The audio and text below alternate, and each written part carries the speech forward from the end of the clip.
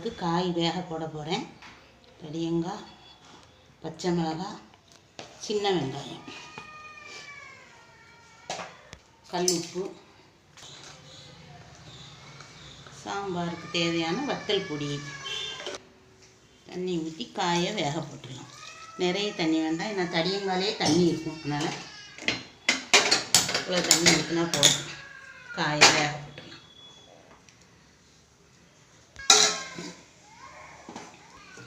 சாம்பாருக்கு பருப்பு, மஞ்சப்பொடி, காயம் எல்லாம் போட்டு பருப்பு துவரம் பருப்பு வேக வச்சுருக்கேன். அதில் தேங்காய் சீரகம் அரைச்சி வச்சுருக்கேன். இந்த கோவக்காய் வாங்கி வச்சுருக்கேன். கோவக்காய் வாங்கி நல்லா கழுவி நறுக்கி வச்சுருக்கேன். அதை பொரியல் வச்சுருக்கேன்.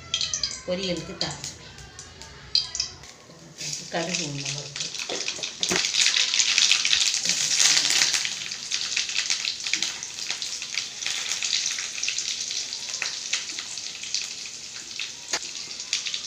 கோவக்காய்,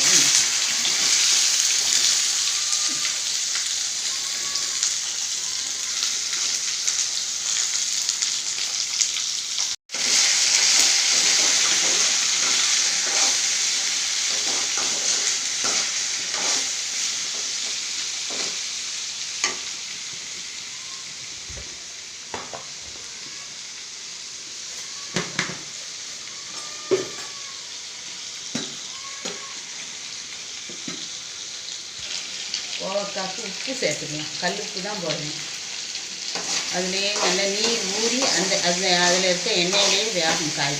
காயில் இருக்க நீர் ஊறிடும். உப்பு போட்டோம்னா அப்படியே வேகட்டும். அதுலேயே வேகட்டும். அதுக்கப்புறம் நல்ல வெந்த பிறகு வத்தப்பொடி போட்டுக்கணும். மூடி காய்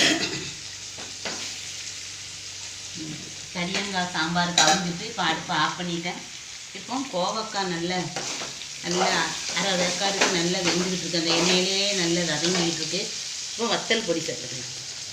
கோவக்காய்க்கு உப்பு மட்டும்தான் சேர்த்தேன். இப்போ வத்தல் பொடி சேர்த்துக்கலாம்.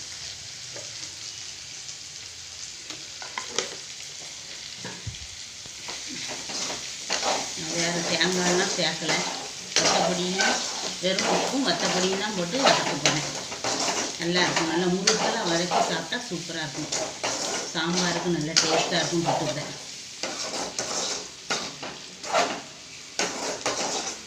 சாம்பாருக்கு மோர் சாதத்துக்கெலாம் தொட்டு சாப்பிட்டா ரொம்ப நல்ல டேஸ்ட்டாக இருக்கும். நல்லா வேகட்டும். நல்லா இருந்த எண்ணெயிலே நல்லா வேகட்டும். சாம்பாருக்கு காய் வெந்துட்டு இப்போ பருப்பு தேங்காய் எல்லாம் சேர்க்கணும். பருப்பு தேங்காய் புளி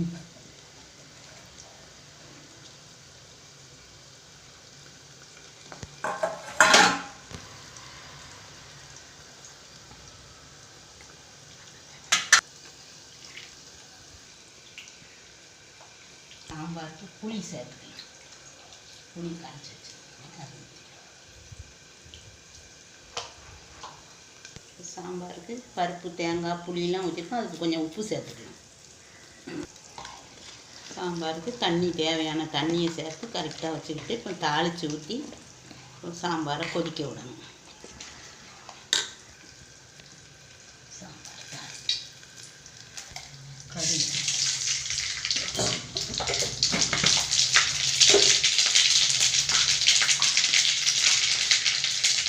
வெங்காயம் கறிவேப்பிலை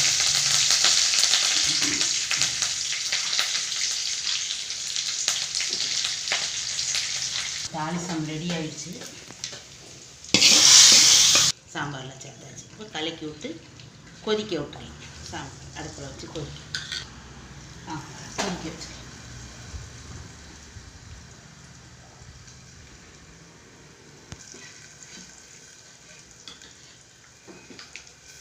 தடியங்காய் சாம்பார் வந்து ரொம்ப தண்ணியாக இருந்தால் நல்லா இருக்காது. கொஞ்சம் கொழு கொழுன்னு இருந்தால் தான் நல்லாயிருக்கும். நல்லா இருக்கும். தேவைன்னா நம்ம கொஞ்சம் தண்ணி சேர்த்துக்கலாம். நமக்கு எப்படி தேவையோ அப்படி சேர்த்துக்கலாம். புளிப்பு வரப்பு உப்புலாம் சரியாக இருக்கான்னு பார்த்துக்கலாம்.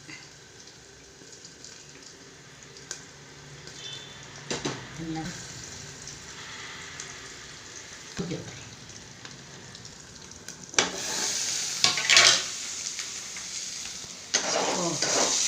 கோவக்காய் அந்த எண்ணெயிலே நல்ல முருகெல்லாம் வெந்துக்கிட்டு இருக்கு. இன்னும் கொஞ்சம் நல்லா நல்லா வேகணும். அதை பெரட்டி பெரட்டி விட்டு நல்லா வேக விடணும்.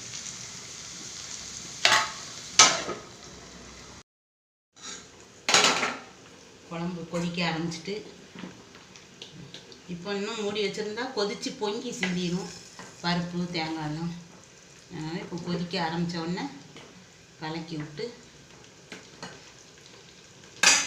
மூடியை கொஞ்சம் திறந்து வச்சிடலாம். லைட்டாக தீ அரை தீயாக குறைச்சி வச்சு கொதிக்கட்டும். குழம்பு சாம்பார் நல்லா கொதிச்சு வரட்டும். பச்சை வாசனை போகணும்.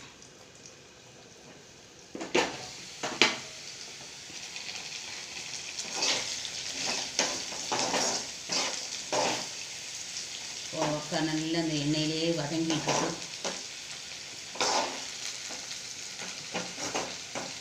நல்ல முருகலாக வேகட்டும். முருகலாக வெந்தால் நல்ல டேஸ்ட்டாக இருக்கும். நல்லா நல்ல வேகட்டும்.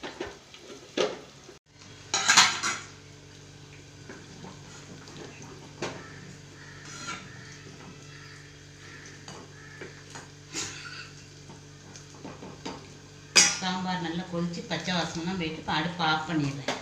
ஆஃப் பண்ணியாச்சு. இப்போ கொஞ்சம் மல்லி இலை பிச்சு போட்டுறேன்.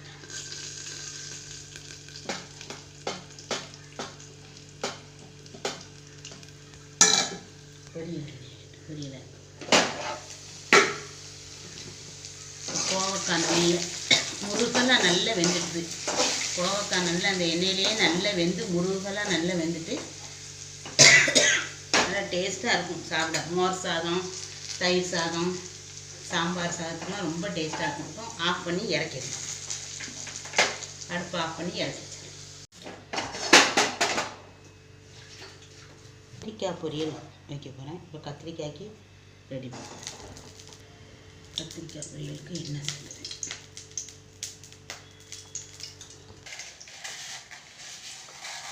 கடுகு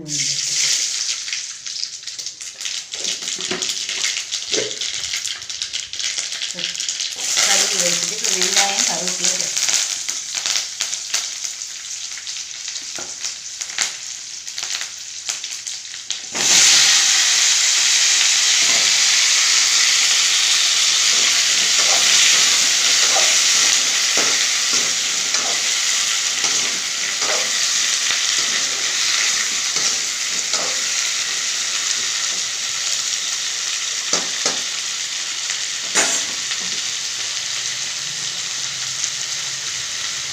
காய்க்கு கொஞ்சமாக உப்பு சேர்த்துக்கணும்.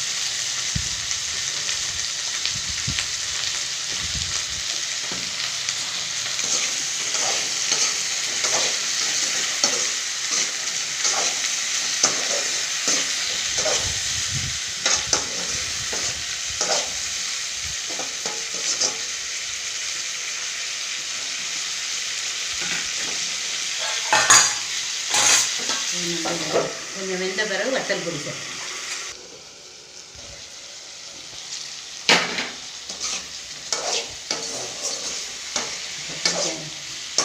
கொஞ்சம் வெந்துட்டு இன்னும் கொஞ்சம் அந்த எண்ணெயில் கொஞ்சம் வதங்கட்டும். அதுக்கப்புறம் வத்தல் பொடி சேர்க்கணும். கொஞ்சம் எண்ணெயில் கொஞ்சம்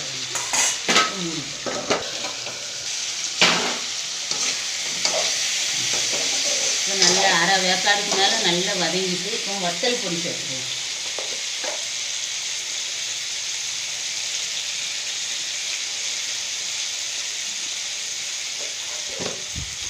காய்க்கு தேவையான உப்பு போட்டேன். இப்போ கொஞ்சமாக, ரொம்ப வேண்டாம், கொஞ்சமாக வத்தல் பொடி போட்டுக்கோங்க. இதுனால கொஞ்சம் உப்பு சேர்த்துக்கணும்.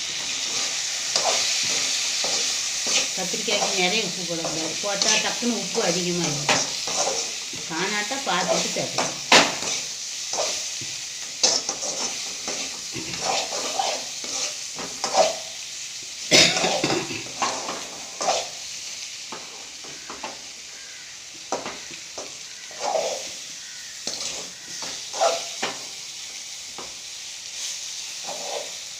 காய்ஞ்சி ஒன்று போல் பிரட்டி விட்டு வேக வைக்கணும். அப்போ தான் உள்ளே நல்ல வேகும்.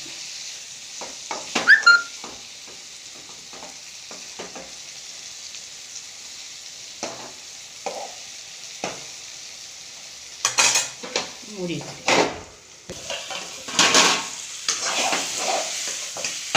வத்தப்பொடி போட்டு நல்லா 3/4 வேக்காடு வெந்துட்டு இப்போ இந்த தேங்காய் சீரகம் வச்சுருக்கேன். தேங்காய் தேவைன்னா சேர்த்துக்கலாம், இல்லைன்னா இதையே இன்னும் கொஞ்சம் வேக வச்சு அப்படியும் சாப்பிட்டாலும் ரொம்ப சூப்பராக இருக்கும். நல்ல டேஸ்ட் நல்லா இருக்கும். தேவைப்பட்டவங்க தேங்காய் சேர்த்துக்கணும்.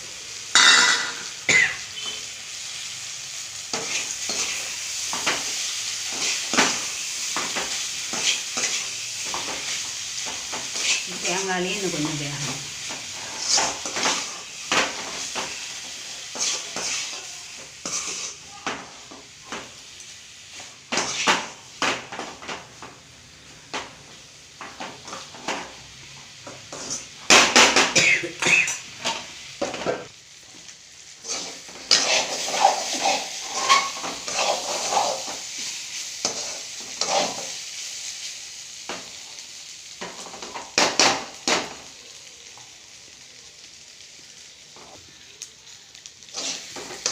கத்திரிக்காயில் உள்ள தேங்காய் சீரகத்தில் உள்ள பச்சை வாசனைலாம் போயிட்டு நல்லா தண்ணியெலாம் நல்லா இஞ்சி நல்ல பொரியல் நல்லா ரெடி ஆகிட்டு இருக்கும். அடுப்பு ஆஃப் பண்ணி இறக்கி